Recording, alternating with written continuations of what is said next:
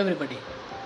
So today we are going to discuss about candle flame, and we'll see the different zone of candle flame. In the previous video we have seen about the types of combustion, that is rapid combustion, then spontaneous combustion and explosion. So now let's see about the candle flame. Flame, you know that a flame is a combustion of combustible substance, and you might have observed that some substance burn with a flame, some substance burn without a flame. So the substance with vaporize on heating and burn with a flame, and for a flame to be produced during combustion, both the combustible substance and the supporter of combustion must be gases. So for example, on burning of kerosene, so when kerosene is burning in a stove, so the kerosene rise up with the help of wick and vaporize it, and it mix with the oxygen, and together it leads to burning with the flame. So in this way, the substance while burning, it gives a flame because it vaporizes and it combines with the oxygen to give a flame. And on the other hand, charcoal, coke, then coal, these all are burning, and they are not giving any flame because they do not vaporize. Now let us see about a candle flame. First of all, let us see the structure of candle flame. You can see this is the structure of candle flame. So mainly the candle flame is divided into three parts, that is the hottest part, outer part, and the second part, that is a moderately hot, and the third, which is the least hot. So let us discuss about this part in detail. So the structure of candle flame has mainly three zones, and these zones are also called as the outer zone, and the middlemost zone, and the inner zone. So the outer zone of the flame is called as the non-luminous zone, and the zone of complete combustion. Complete combustion takes place here as the wax vapors can get the sufficient oxygen from the air, and due to complete combustion, this zone is blue in color. So no residue is left on the object that comes in contact with this zone, and this is the hottest zone, and it is faintly visible. The second zone is also called as a middle zone, and it is also called as a luminous zone or a zone of incomplete combustion. This zone of incomplete combustion takes place because of less amount of oxygen is available in the middlemost zone, and this zone is pale yellow in color, and it is a moderately hot, and middle zone of the flame, it is a middle zone of the flame. Here the wax vapor do not get enough oxygen, and due to less amount of oxygen, the carbon monoxide and some carbon particles are formed due to a partial combustion. The combustion does not take place completely. Some carbon particles are also left unburned, and these unburned carbon particles become white hot and make the flame yellow in color. So mainly we can see, as we observe in the candle flame, the middle part is a yellow in color, and this zone leaves a black soot or black color, the carbon particles as a residue on the object, and when the object comes in contact with this zone. Now the third zone is also called as the innermost zone or inner zone, and it is also called as a zone of no combustion. Because why the name is given that is zone of no combustion? Because of no amount of oxygen is available in this zone, and it is the area around the wick. If you observe the candle flame, so this is the area around the wick, which is a dark color, black in color, and it is also called as a dark zone. So in this zone, no combustion takes place as there is no oxygen available for burning, and it is the inner zone of the flame, and it is mainly consist of vapors of wax only. Now fuel, you know that a fuel is nothing just but a combustible substance. So fuel is also called as a combustible substance, and which produces heat and light on heating is called as fuel.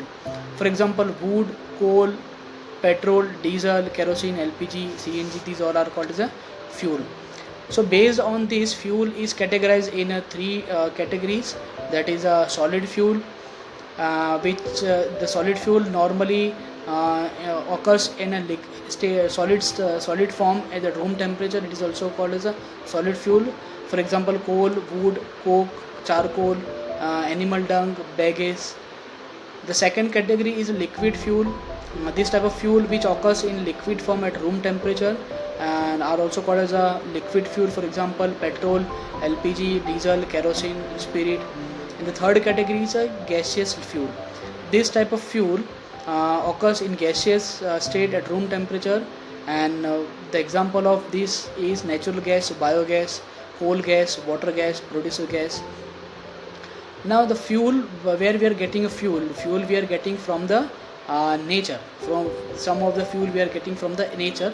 Some of the fuel we processed in the laboratory, we process in the factories, and we get a desired fuel with the desired characteristics.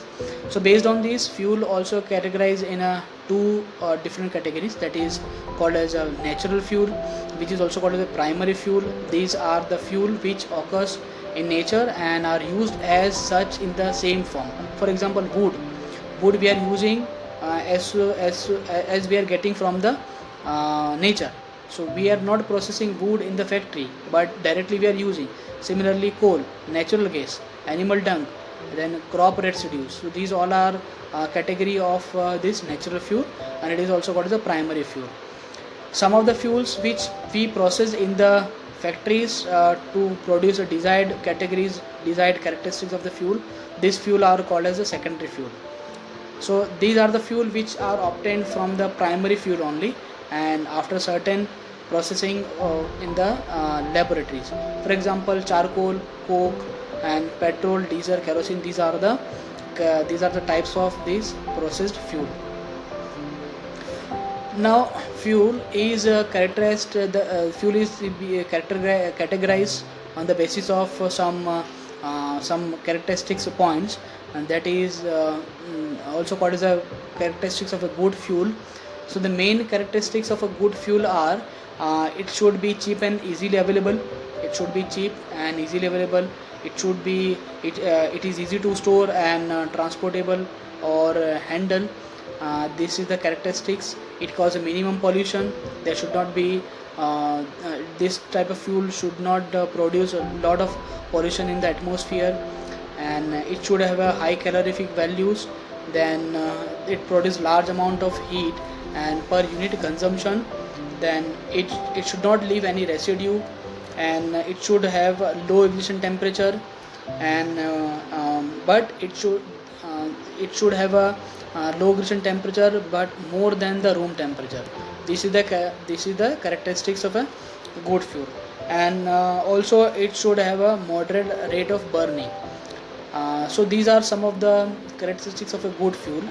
Though any fuel as such we are having that should follow all these characteristics, but these points we can use while we selecting a good fuel.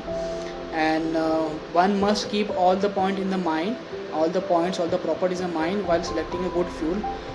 Maximum these characteristics should be satisfied. These conditions should be satisfied. And gases like LPG, CNG we are using more because these gas satisfy maximum of the above characteristics, and therefore they are regarded as the excellent fuel and are preferred over the other fuel. This is one chart of a calorific value of some fuel. The calorific value is the amount of heat energy produced on complete combustion of 1 kg of a fuel. The calorific value of a fuel is expressed in kilojoule per kg.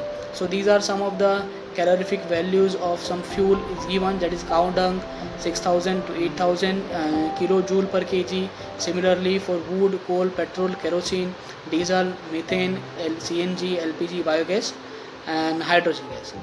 And hydrogen has the highest calorific value among all fuel. Thank you so much.